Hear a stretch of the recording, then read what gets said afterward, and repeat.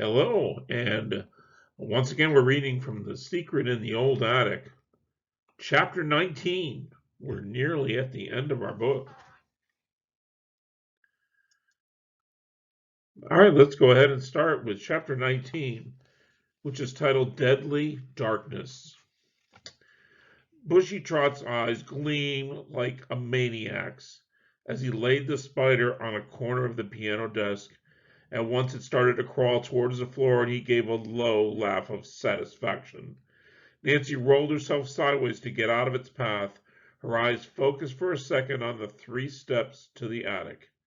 If only I could pull myself up them, I might be able to escape. Don't expect any help from the old man, Trot said with a look of satisfaction.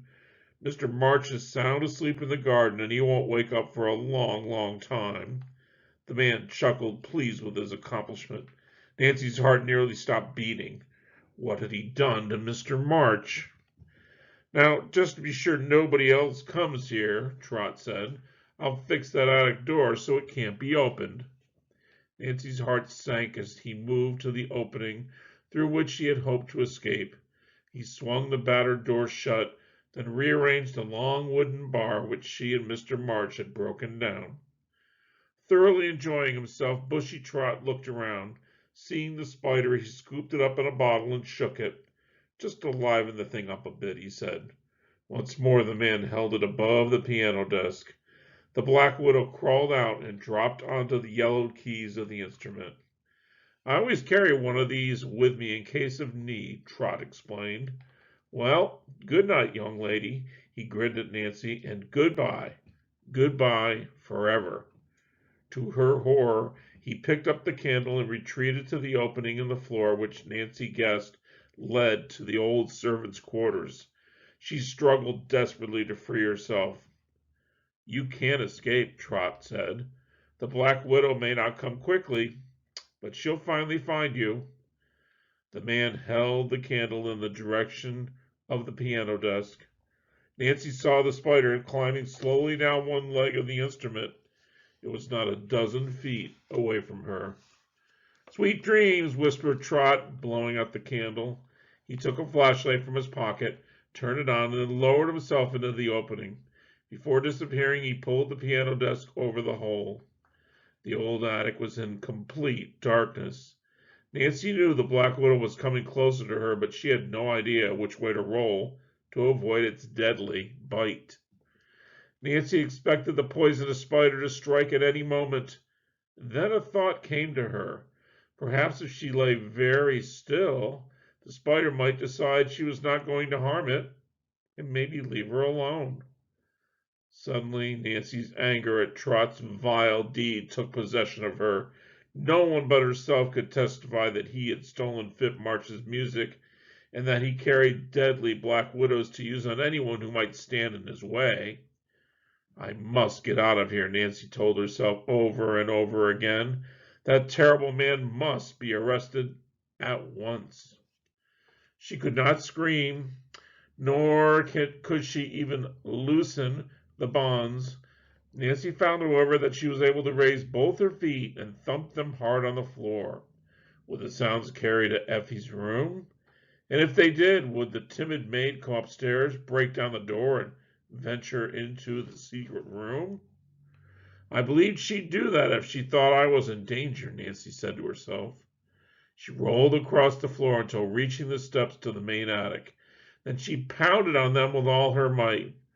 After waiting several minutes and getting no response, Nancy gave up hope of rescue from this source.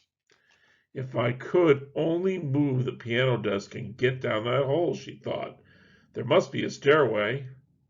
Then Nancy realized that in the pitch blackness, she'd probably fall and be badly injured. Suddenly, Nancy heard her name being called. The sound was far away. Her heart sank. But in a moment, hurrying footsteps came from somewhere. Nancy, Nancy, a male voice called out. Oh, I hope I'm not imagining things, she thought. Nancy, where are you? A girl shouted. Now she could hear jumbled voices in the big attic. Again, her name was called. Nancy thumped with all her strength. The next instant, a body crashed against the door, and it burst open. A flashlight shone in her eyes. "Thank goodness you're safe," were the words Nancy heard. She could hardly believe her good fortune. The speaker was Ned Nickerson. Bess, George, and Effie crowded into the room after him. But Ned took complete charge of the situation. Springing forward, he jerked the gag from Nancy's mouth. Then he cut her bonds with his pocket knife and helped the girl to her feet. "Nancy, if anything has happened to you, who did this?" he demanded. "Bushy Trot." "Oh, Ned." Her arms shaking, she pointed to the floor. The Black Widow was less than 2 feet away. As if he'd let out a scream, Ned crushed the spider with his foot.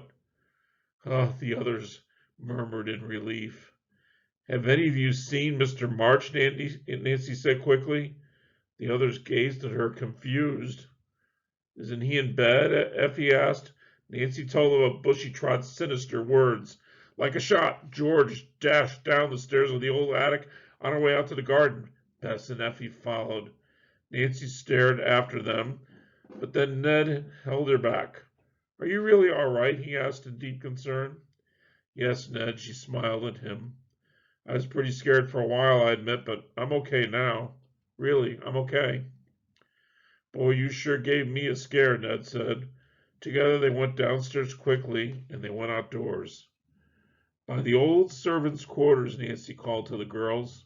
She led the way as Ned held the flashlight. Under a lilac bush they found the crumpled form of Mr. March. Effie let out a frightened moan. Is he... Ned pulled the still figure from beneath the bush. Nancy felt the elderly man's pulse.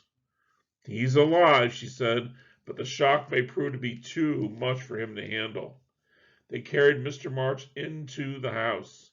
Under their kindly ministrations, he quickly regained consciousness. Nancy had warned the others not to tell him what had happened in the secret room. Presently he went upstairs to go rest. "I have to go to River Heights right away," said Nancy. "Effie, I can't explain now, but you'll be all right here alone. That shadowy figure will never come back." "Thank goodness," said the maid. "You and your friends go right along, and I'll take good care of Mr. March." "Where are you going?" George asked. "To Mr. Dite. I know he has the address of Bushy Trot." Explanations were in order on both sides. Nancy suggested they tell their stories while riding along. When they went outside, the young people saw a car turn into the driveway of Pleasant Heights. The man at the wheel proved to be Mr. Drew. "What luck!" Nancy cried out. "Oh, Dad, I'm so glad to see you." She said that hurriedly as he stopped at the door. "Can you go to Mr. Dite's house with us right away?" "Sure can," he said, "but what's up? More clues?" "It was Bushy Trot who was stealing Phip Marsh's music, and he got away with the rest of it tonight. We must find out his address from Lawrence Dite and then notify the police." "Hop in my car, everybody," Mr. Drew called out. Nancy gave her father and her friends the story of her evening's adventure in detail.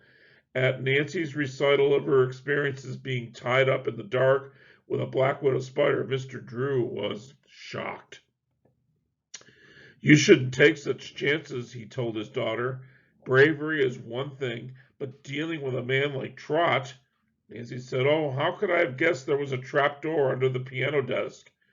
Anyway, it's fortunate that my friends rescued me," she added cheerfully. "It was just luck that we did," Ned explained. "Tonight when I came to River Heights, even though it was getting late, I wanted to see you. Mrs. Gruen told me where you were, and I got Bess and George to show me the way out here." By this time Mr. Drew had reached River Heights. Bess thought that she and George ought to go home, and were driven to their respective houses. "If you and your father have a job to do," said Ned, "perhaps I should go too." "Oh, please stay," Nancy urged. Mr. Drew added, "I believe we're going to need an extra man before the night's over. One with good, strong muscles." And there we are at the end of chapter 19. There's one more chapter to go. I hope you'll join me when I read that really soon. Bye for now.